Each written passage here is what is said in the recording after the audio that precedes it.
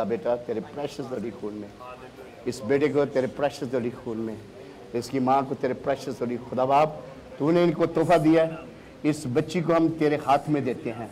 इसके लिए ज़िंदगी, हयाती, उम्र की दराजी, ये बेटी तेरी मीठी और जलाली बेटी है खुदा।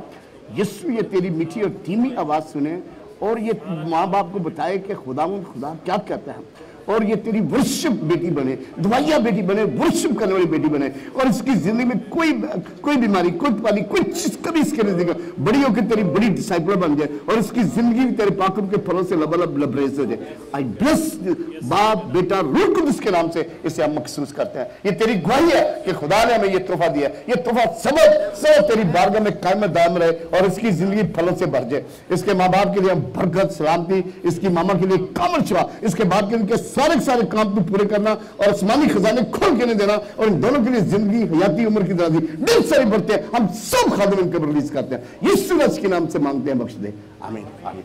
God bless you, God bless.